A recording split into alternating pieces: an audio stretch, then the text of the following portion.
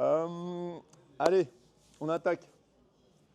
Aujourd'hui, on parle des longboards modernes. Ce qu'on appelle les longboards modernes, ce sont, en opposition aux longboards rétro, ce sont des longboards avec lesquels on va générer de la vitesse, entre guillemets, au planning. C'est-à-dire qu'on va planer sur l'eau, on ne va pas simplement se déplacer dans l'eau, sur l'eau, on va, entre guillemets, voler sur l'eau, on va ricocher sur l'eau. Appelez ça un petit peu comme vous voulez, mais on passe d'une carène à déplacement sur les planches Nose Rider rétro, que je vous ai présenté dans une autre vidéo que l'on a fait hier, à une carène planante. Ça veut dire que pour augmenter ces performances au planning, on a généralement un montage en 2+1 ou en tri-fin, c'est-à-dire que les oreilles, les dérives latérales, vont nous aider à augmenter notre rappel dans la vague et donc notre capacité à accélérer. Plus je vais pousser dans la planche, plus elle va vouloir s'échapper, sortir de l'eau, plus mon oreille sera présente sur mon longboard moderne, plus mon rail va tenir, mon oreille va tenir, et du coup, la résultante, c'est qu'elle ne peut pas s'échapper par là, donc ma planche va s'échapper vers l'avant et accélérer. Cette production d'accélération, elle est stimulée par le surfeur.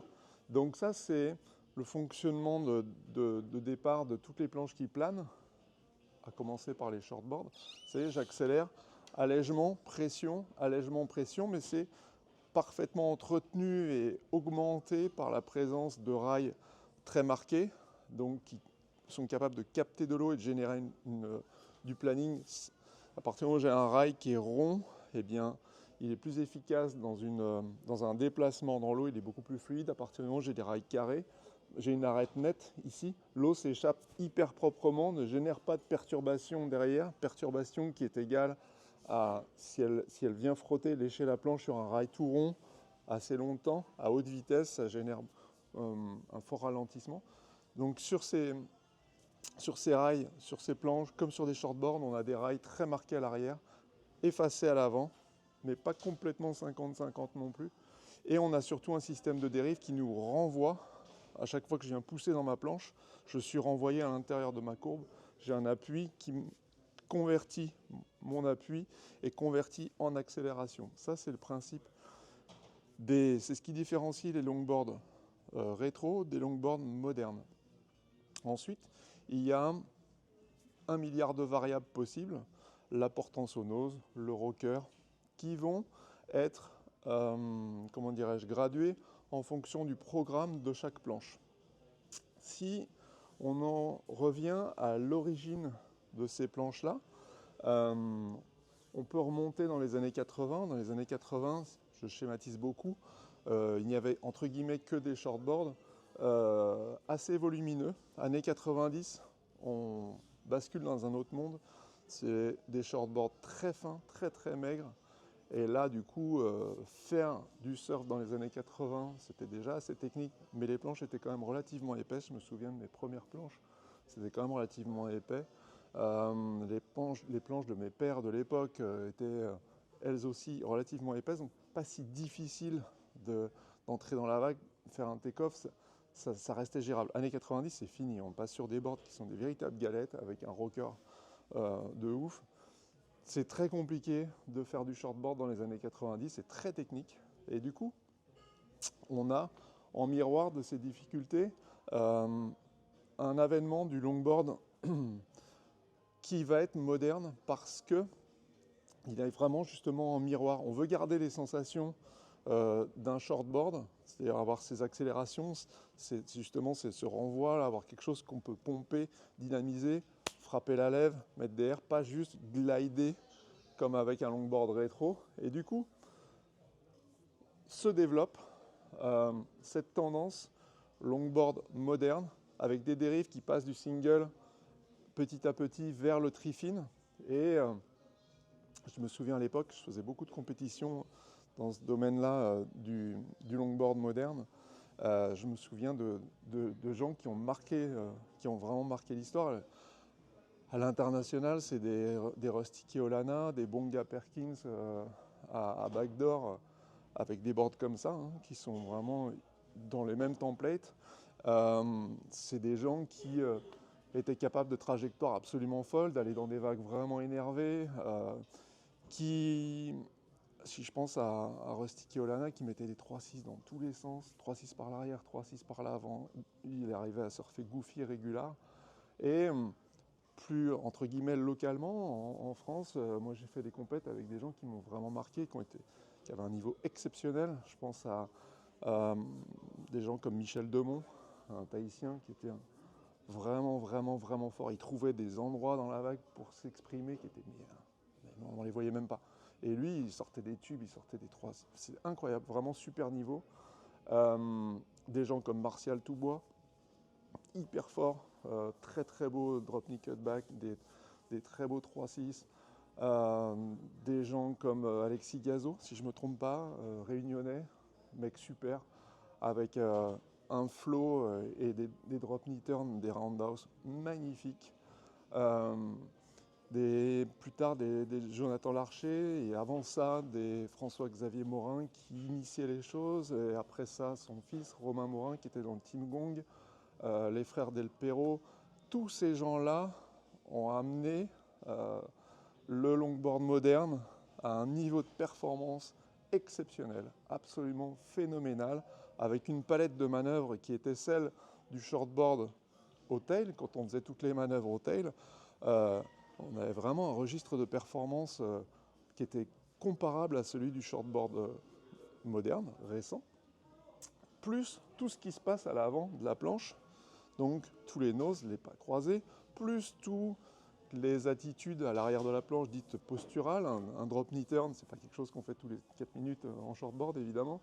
Et bien sûr, un longboard moderne, c'était quelque chose faisable, hyper beau, hyper puissant, hyper stylé.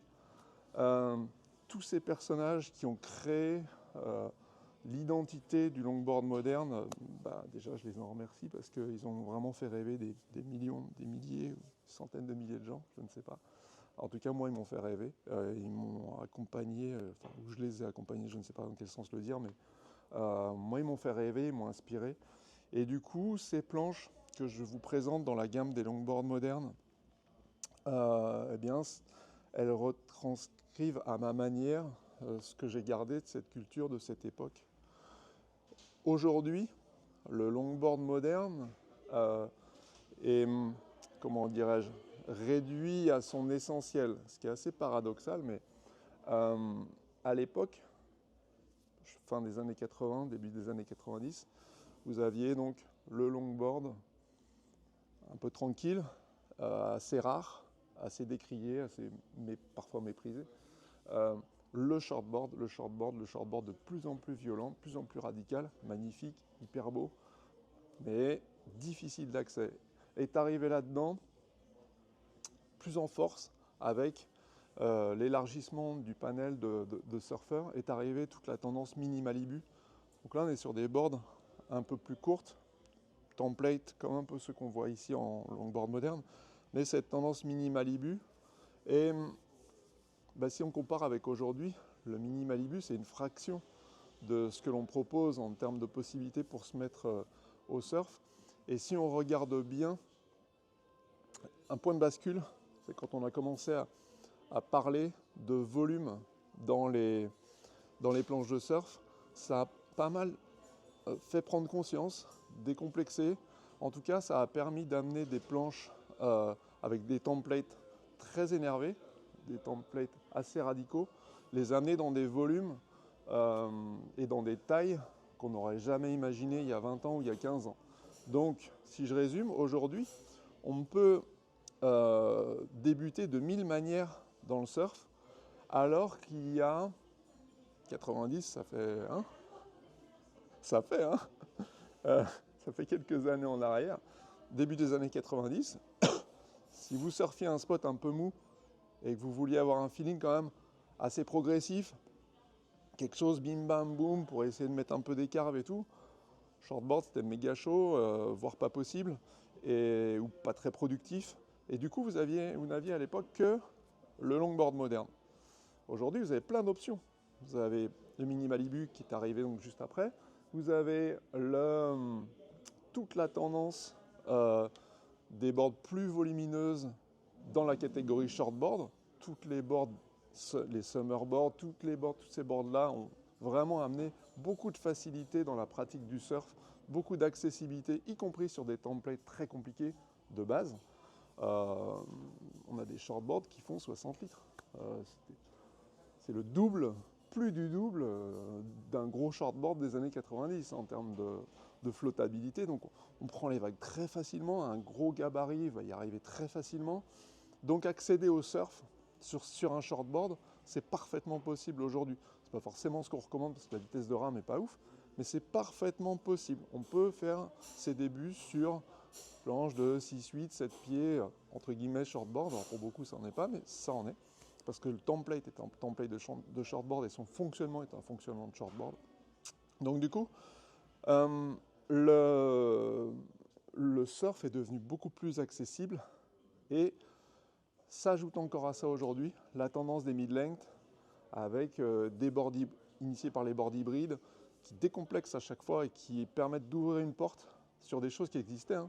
Les mid-length, dans les années 70, il y en avait en finale au pipe. Hein. Pipe Master, c'était pas des boards de 5 pieds. Hein.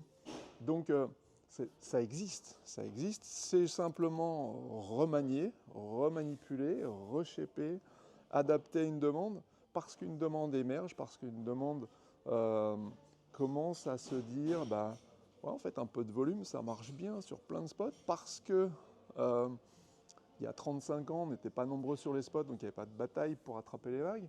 Aujourd'hui, il y en a une, parce qu'on n'est pas tous surfeurs pro avec une caisse comme ça et capable d'attraper sur des mini-volumes toutes les planches. Donc, pour qu'il y en ait pour tout le monde sur tous les spots, ce qu'on a fait, c'est toute une frange de planches avec des shortboards faciles, des hybrides, des summerboards, et puis maintenant, une grosse tendance sur le mid-length avec des boards qui à nouveau, pardon, il faut être capable de vraiment carver, mais en gardant beaucoup de glide et en gardant beaucoup de rames, quelque chose de très simple, un espèce de tout en un.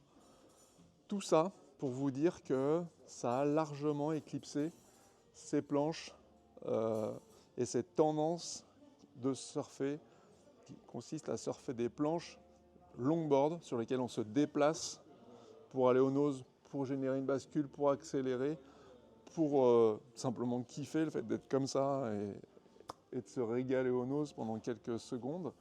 On a remplacé ça par plein d'autres choses. Je voudrais moi juste remettre un petit coup de projecteur parce que j'adore ça et parce que tous les gens que je citais là, les légendes de ce sport, il y a aussi une continuité. Je vois un Harley Ingleby en Australie qui a un niveau absolument phénoménal et qui met les planches dans des angles incroyables. Un CJ Nelson, il y a quelques années, aujourd'hui il est plus sur des rétros, mais il y a quelques années il faisait des trucs absolument incroyables avec cette catégorie de planches. Tous ces gens-là, il ne faut pas l'oublier, c'est une vraie tendance. C'est l'intérêt du longboard moderne, c'est j'attrape les vagues très simplement, de très loin. Je peux me lancer, vraiment dynamiser ma board. La section ralentie, je vais au nose. Elle est bien creuse, je peux aller au nose aussi. Je peux mettre des 3-6 par l'arrière, je peux en mettre par l'avant, je peux mettre des airs, je peux mettre des drop knee turn. Le gros intérêt du longboard moderne, c'est justement cette palette de manœuvres qui est sans comparaison avec toutes les autres planches du monde du surf. C'est vraiment sur ces boards-là, vous pourrez vous exprimer totalement. En revanche, ça reste des longboards, ça reste une planche longue, avec un rocker qui est parfois difficile à passer dans une petite vague creuse. Ça ne va pas forcément être toujours simple, donc à ce moment-là, on va privilégier les manœuvres. Vous savez qu'en surf, il y a 3 types de manœuvres. Il y a les manœuvres horizontales, on va se déplacer à l'horizontale systématiquement, on va privilégier ces manœuvres-là, et les manœuvres dites de recouvrement, deuxième catégorie, aux manœuvres dites verticales, parce que je n'ai pas la place de passer mon rocker, sauf à stoler en haut, retomber en bas. C'est le seul désagrément d'un longboard moderne.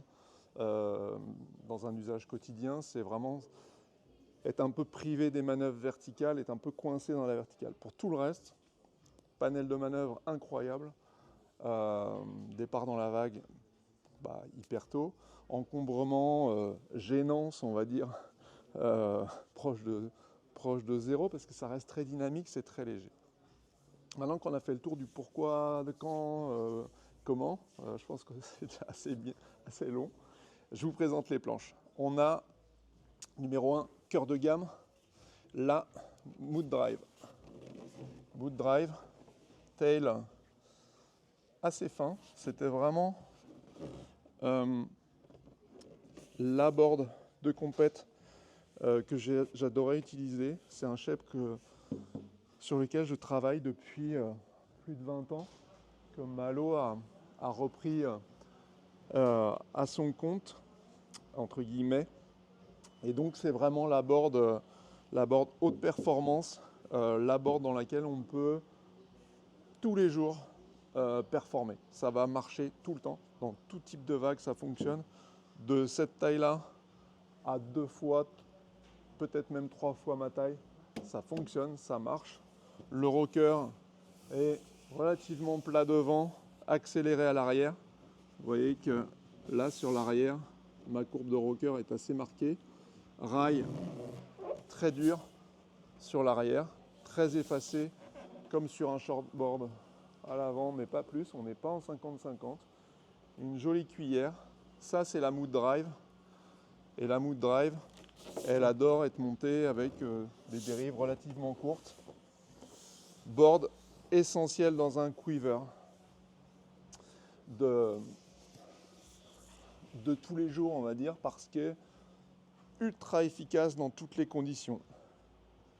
Ensuite, je vous présente, on va commencer par la Ten Blues. Historiquement, hop là, Ten Blues, elle est différente de la Mood Drive en ce sens que elle va être quasiment le chaînon manquant entre un longboard moderne et un longboard rétro. Elle va offrir une glisse digne d'un longboard rétro dans les petites vagues. Grâce à son round tail, on a une board qui va tourner très progressivement. Elle va vraiment rouler. Elle est moins, entre guillemets, rectangulaire à l'arrière qu'une Mood Drive. Donc, elle va moins être capable de générer de la vitesse en pompant fort. On va compenser peut-être avec des oreilles à ce moment-là, si on veut obtenir ce feeling-là, avec des oreilles un peu plus grandes, mais c'est pas son boulot. Son boulot, c'est, on a dit que la Mood Drive, c'était pour des vagues comme ça, jusqu'à beaucoup plus. Celle-ci, la Ten Blues, c'est pour des vagues jusque-là, en partant de là. C'est vraiment le longboard moderne pour les petites vagues, performant dans les petites vagues, avec beaucoup de glisse, très enroulé, très coulé. On voit bien qu'on va réussir à tourner très court sur ce round tail. Si je vous le montre, hop, comme ça, on peut taper dans les jardinières. Vous voyez, c'est très rond, très progressif. On retrouve ce genre de tail sur des planches comme la Indra en mid-length. Ce sont des tails extrêmement efficaces dans des courbes, on va dire sans rupture. C'est le maître mot de la Ten Blues. Donc beaucoup de glisse, du volume et des courbes très douces. Et là, on sera moins bloqué. On parlait tout à l'heure de manœuvre horizontale, verticale, recouvrement. On sera moins bloqué dans la verticale parce qu'on va pouvoir enrouler et venir un peu tricher. On va se toller dans l'enroulement là et pouvoir redescendre plus proprement qu'avec un tail plus carré. Donc ça, c'est la Ten Blues. Je vais la mettre ici et je vais vous présenter la suivante. Hop là, évitez de les rayer. Je vous présente la suivante dans la gamme qui est la Moblog. Moblog, particularité de la Moblog, un outline quasiment rectangulaire. Si je la mets à la verticale, on voit que on a un mètre robot relativement avancé, contrairement à la Ten Blues qui avait un mètre robot relativement reculé pour enrouler. un petit peu à la manière de la Pampa dans les planches rétro. Je vais vous perdre si je commence à tout comparer des rétros des modernes. On a sur la Moblog un outline extrêmement porteur pour sa longueur. Donc beaucoup de largeur à l'avant, mais aussi beaucoup de largeur au one foot off à l'arrière. Et un tail extrêmement puissant qu'on va pouvoir stimuler à volonté. On va pouvoir lui rentrer dedans, pousser dessus comme des cochons. Et c'est une board qui va être soit très porteuse à très basse vitesse, on est stable, et dès que je la bouge, elle accélère, nous projette en avant. C'est pas du tout une board pour aller chercher des manœuvres verticales, absolument pas. C'est l'opposé de la Ten Blues que je viens de vous présenter. C'est une board qui accélère, tape la lèvre, on met des airs, ça marche hyper bien pour ça. C'est pas une board faite pour enrouler, chercher à aller à 10 heures, midi pour les plus forts. C'est pas son job. Son job, c'est j'accélère dans des vagues relativement molles et je garde beaucoup de portance aux noses. Donc c'est un autre fonctionnement que la Ten Blues. Ce sont quasiment des planches opposées en termes de shape. Si on parle de excusez-moi, de Mood Drive, on peut parler de ses déclinaisons. Avant ça, je vais juste faire une petite parenthèse sur la 0. La 0 qui est ici. Hop là. 0. Si je vous la montre comme ça, je pense que tout est clair. Tail super pincé. Là, on a vraiment beaucoup de courbes. On est sur une planche qui a plus de rocker. Je vois si je te la montre comme ça. C'est celle qui a le plus de rocker dans la gamme avec la Mood Gun. Elle a un rocker très constant, très marqué. Ça, c'est une board en 3 lattes, faite pour s'engager dans des vagues qui poussent. On est là sur typiquement des vagues de riff, des beach breaks un peu énervés. C'est vraiment une board qui conserve du volume pour démarrer tôt, qui n'est pas trop large devant. On voit elle s'affine là devant. Elle s'affine. Le maître beau est placé quasiment au centre pour garder beaucoup de mobilité, beaucoup de capacité à virer sur un petit rayon. Et cette forme de tail, ces 3 lattes, ce nose assez pincé, la dédie aux vagues creuses, creuses, creuses, ou aux personnes qui adorent les courbes marquées, qui vont chercher à pas forcément maximiser leur temps au nose, mais plutôt à chercher à bouger la board, quoi. Faire du chemin sur la vague, maximiser sa distance parcourue par longueur de vague, qui est un autre défi du longboard. On a un overview là de toute la gamme qui est à peu près claire, je pense. 2 boards encore à vous présenter. La Mood Drive était la planche centrale. La Ten Blues, la board pour les conditions plus molles que celles de la Mood Drive, pour enrouler, aller chercher de la verticale. La Moblog pour les conditions plus molles que celles de la Mood Drive, on va dire identique à celle de la Ten Blues, mais Moblog c'est pour aller chercher de l'accélération, chercher de l'horizontalité, chercher des manœuvres un peu plus où on vient frapper la lèvre entre guillemets, dans la mesure de ce qu'elle est capable de délivrer en termes d'énergie. Et bien maintenant, j'ai aussi ajouté des planches autour de la Mood Drive que sont, on vient de présenter la 0, que sont la Mood Gun. Hop. Mood Gun, où là, on est sur une board avec, comme son nom l'indique, une forte capacité à gérer des pentes, des grandes pentes ou des pentes relativement énervées.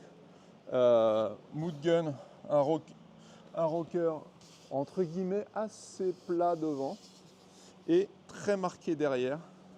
Voilà, tu vois, board très énervé. Pourquoi ce type de rocker? Parce que quand on veut entrer dans la vague, on a besoin si on a un truc qui pousse de l'eau comme ça, c'est pas simple de basculer dans une grande pente sur laquelle on a besoin de ramer très tôt.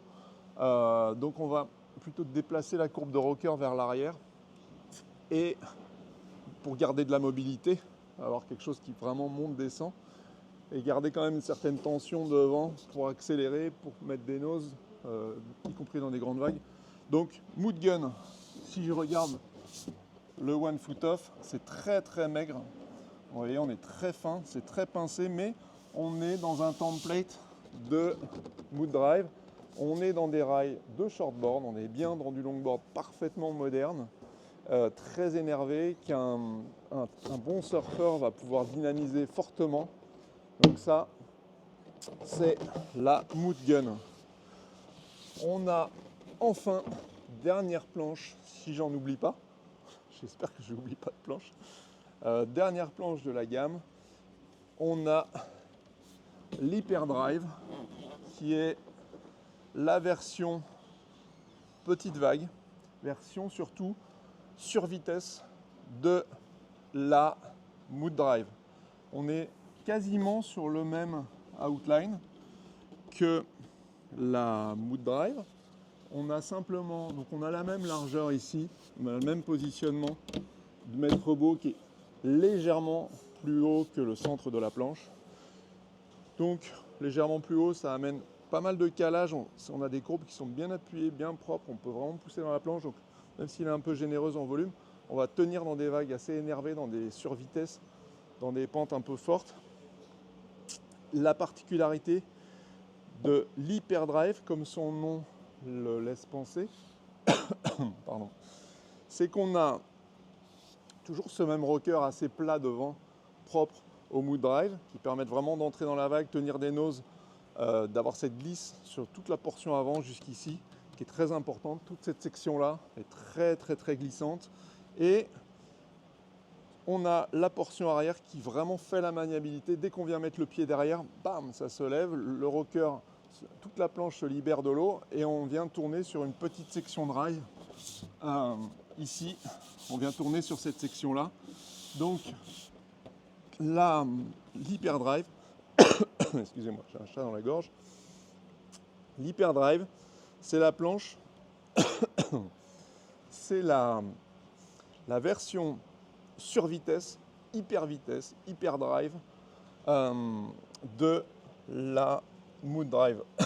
Pardon, je ne vais pas y arriver. Cette version surexcitée, 100% de satisfait. Tous ceux qui l'ont essayé sont dingues de cette planche. Ça marche tout le temps. Vous avez cette taille de vague, vous avez beaucoup plus, ça marche tout le temps. C'est vraiment, entre guillemets, ça c'est la réplique de la planche que Malo utilisait pour les Coupes de France et tout ça, quand il était très jeune. C'est une board qui est ultra efficace, beaucoup de rendement, très rapide. Vous savez ce que je vous ai expliqué, cette accélération qui est propre au shortboard, aux planches qui ont du renvoi dans la vague, du rappel, donc l'usage de dérives latérales. Et bien là-dessus, c'est maximisé à 98%. Celle qui en a un peu plus, c'est la Moblog. Mais là, on garde la maniabilité d'une Mood Drive avec l'accélération phénoménale d'une planche de compétition. Ça, c'est l'Hyperdrive. Dernière chose dont il me semble qu'il faut parler, c'est la technologie. Technologie, on va reprendre, comme par hasard, c'est celle qui est tout en dessous maintenant. On a dans les technos des planches longboard modernes. On a premièrement les planches construites sur un pain en PU avec une résine polyester. Construction entre guillemets parfaitement traditionnelle, qui, je fais le tri dans tout ça, qui est un petit peu plus sensible au choc ponctuel, parce que la résine polyester a une assez faible mémoire, elle revient pas aussi bien que la résine époxy en place. Donc planche en PU totalement construction totalement traditionnelle qui date des années 50-60, parfaitement maîtrisée, hyper simple à réparer, c'est cette planche-là. Donc là, j'aurais tendance à dire on la reconnaît avec sa latte apparente, c'est souvent une signature de ces planches-là. Elles peuvent être à la fois soit blanches, comme ça, avec le pain apparent, soit résine teintée, soit avec une peinture sur le pain, ou par-dessus, c'est moins classe quand même. Toujours est-il que cette planche en PU, ses propriétés, c'est d'avoir plus d'inertie à cœur. On a un pain qui est plus dense, qui apporte une certaine douceur dans la mobilité, une certaine onctuosité dans la façon de bouger la planche.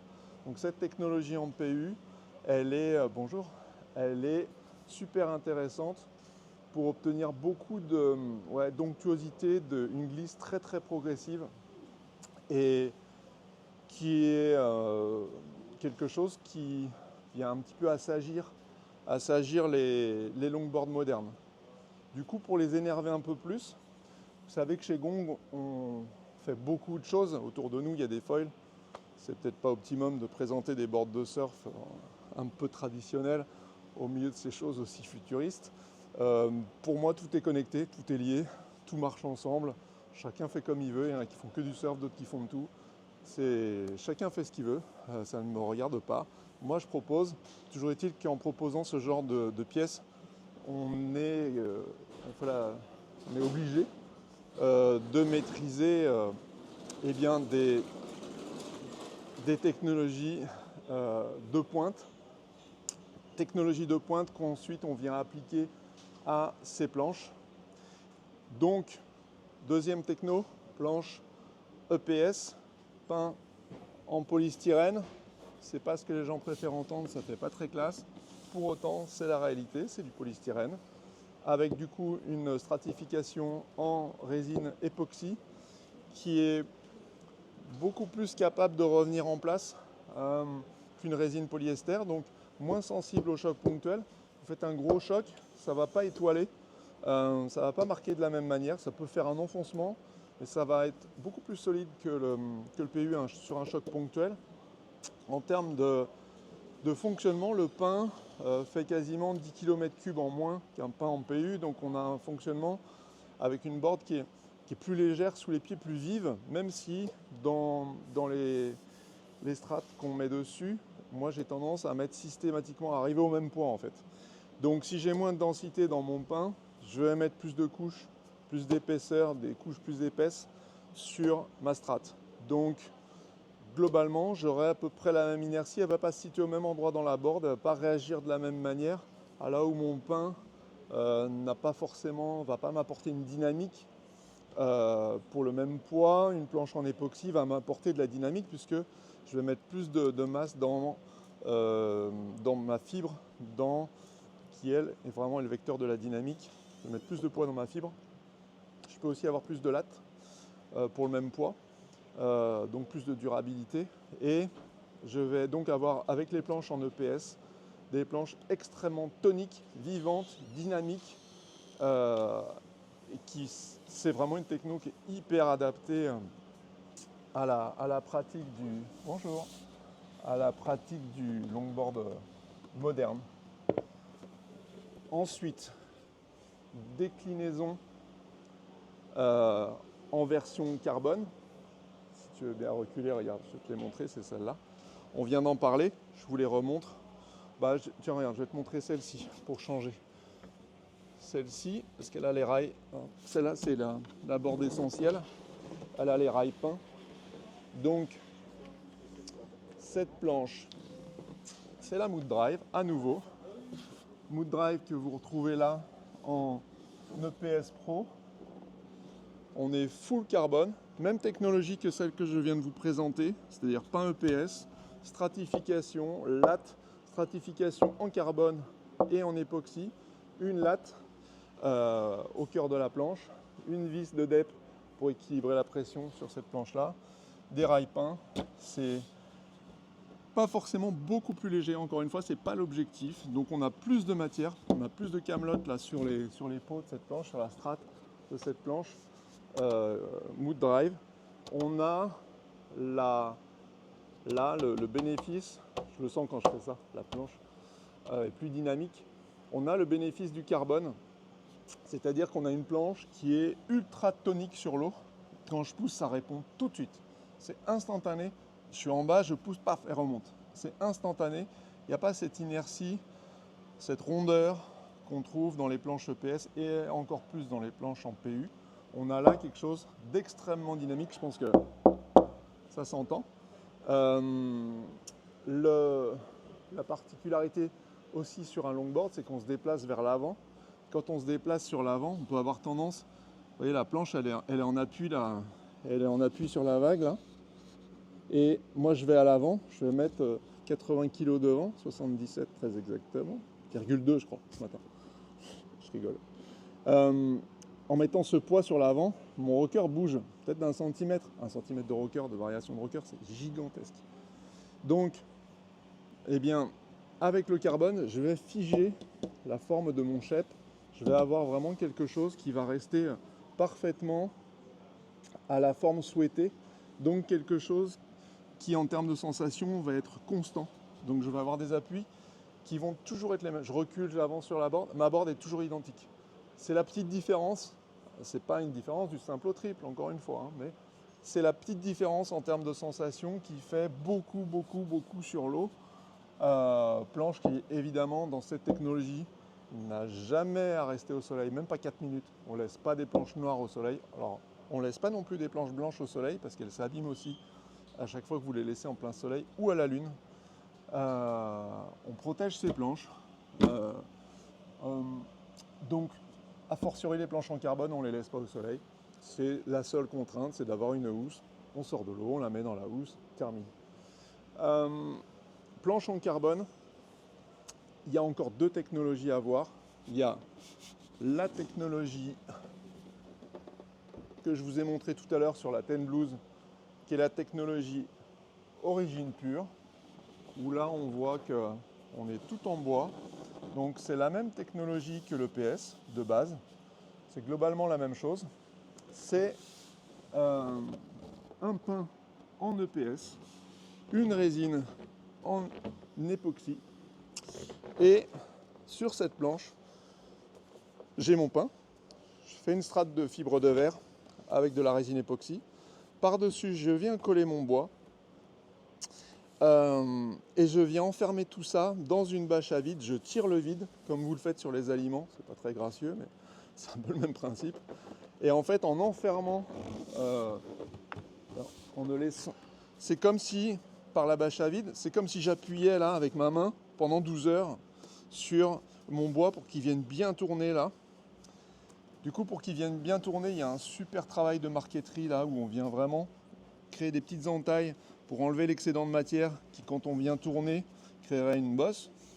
Il y a un travail de précision incroyable. C'est un travail manuel qui prend beaucoup de temps, mais c'est super beau. C'est pour ça que vous avez une petite bande colorée sur les rails de ces planches. Donc voilà, technologie origine pure, ça amène plus de solidité qu'une planche en EPS, puisque vous le comprenez, par-dessus le bois là, je vais avoir, ça s'entend d'ailleurs, je vais avoir par-dessus le bois à nouveau une stratification. Donc j'ai mon pain, ma strate, mon bois, ma strate, mon haut de côte, mon finish. J'ai quelque chose qui est costaud quoi. C'est quand même costaud. Je mets une autre petite mise en garde. Un longboard ça casse.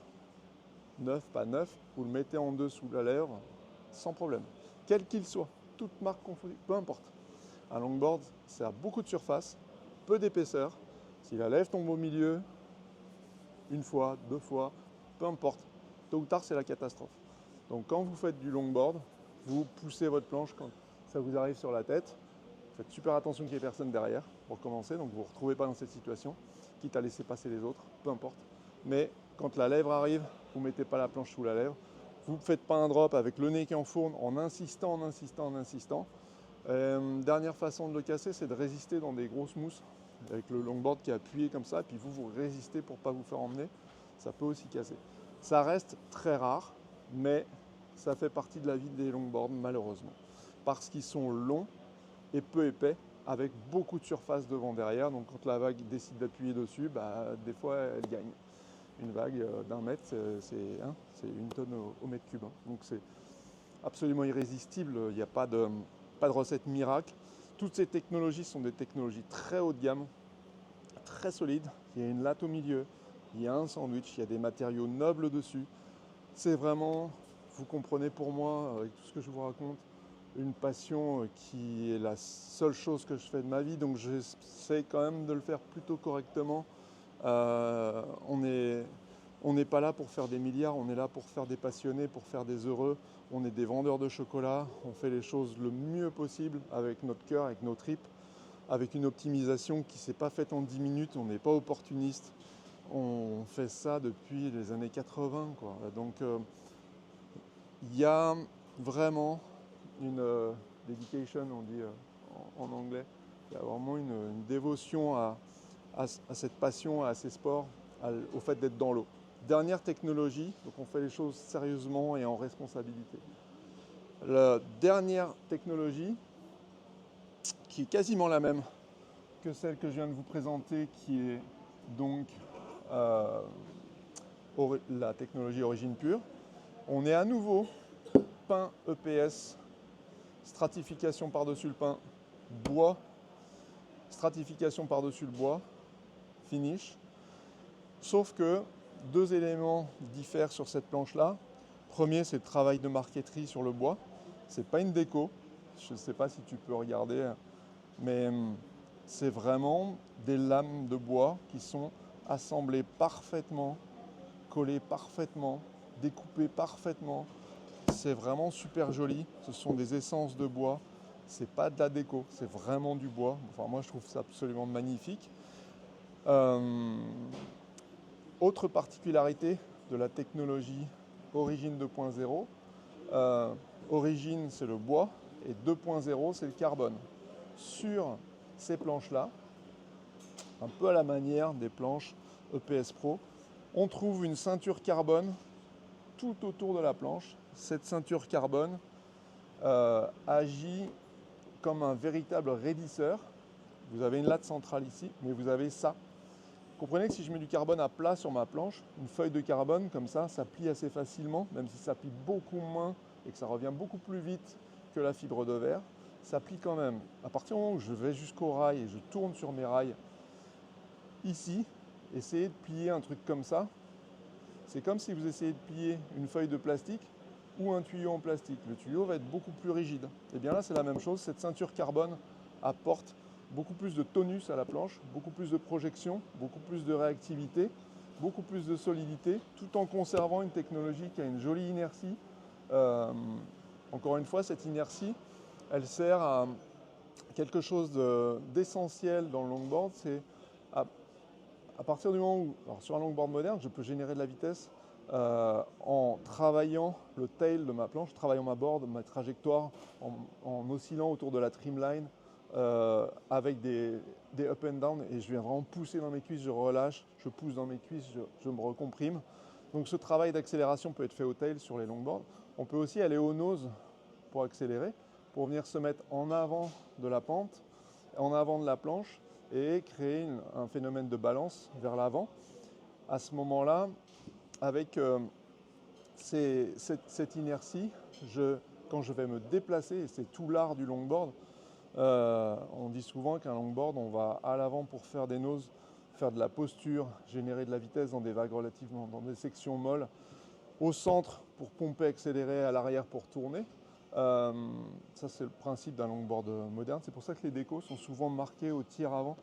Quand je faisais de la compète en longboard à une époque, on marquait vraiment le nose parce que les figures au nose n'étaient comptabilisées qu'à partir du moment où on avait les deux pieds dans le tir avant. Donc le tir avant était symbolisé par une couleur différente. On le voit sur les mood drive, là, tu vois. On a conservé ce principe de déco qui à l'œil, pour le juge, permet de savoir, ok, il est dans le tir avant. Et après, même si on faisait un joli nose et qu'on ne revenait pas à l'arrière de ce tir avant, eh bien, le nose ne comptait même pas.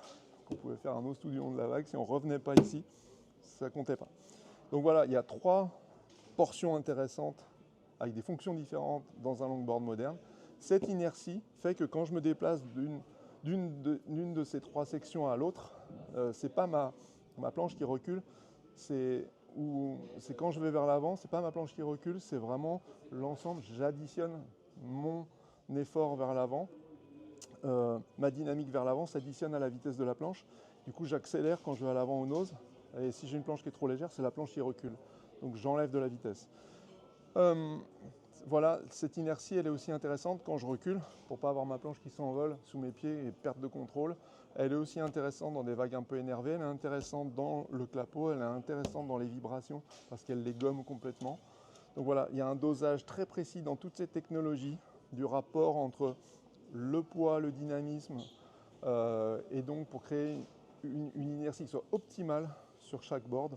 Ça, c'est vraiment un travail que je fais avec beaucoup de précision parce que c'est fondamental dans l'usage d'un longboard moderne. Voilà, je vous ai présenté les différentes technologies, les différentes planches, les différentes technologies, l'histoire, ce que j'en ai en tout cas moi vécu, retenu. C'est un peu le parent pauvre aujourd'hui du monde du surf. Je le regrette parce que je trouve que c'est une frange du surf qui, encore une fois, offre le plus grand nombre de manœuvres, de possibilités. Et rien que pour ça, c'est absolument génial. Ça marche tout le temps. Le longboard moderne, c'est ça. Il y a un jeu intéressant à faire sur les dérives. Je vous invite à pratiquer le longboard moderne et à en profiter. J'espère que ça vous a éclairé sur vos choix. Les choses chez nous sont 100% passion sur cette activité qui, encore une fois, permet de surfer plein de conditions et de faire plein de manœuvres géniales. Voilà, à bientôt.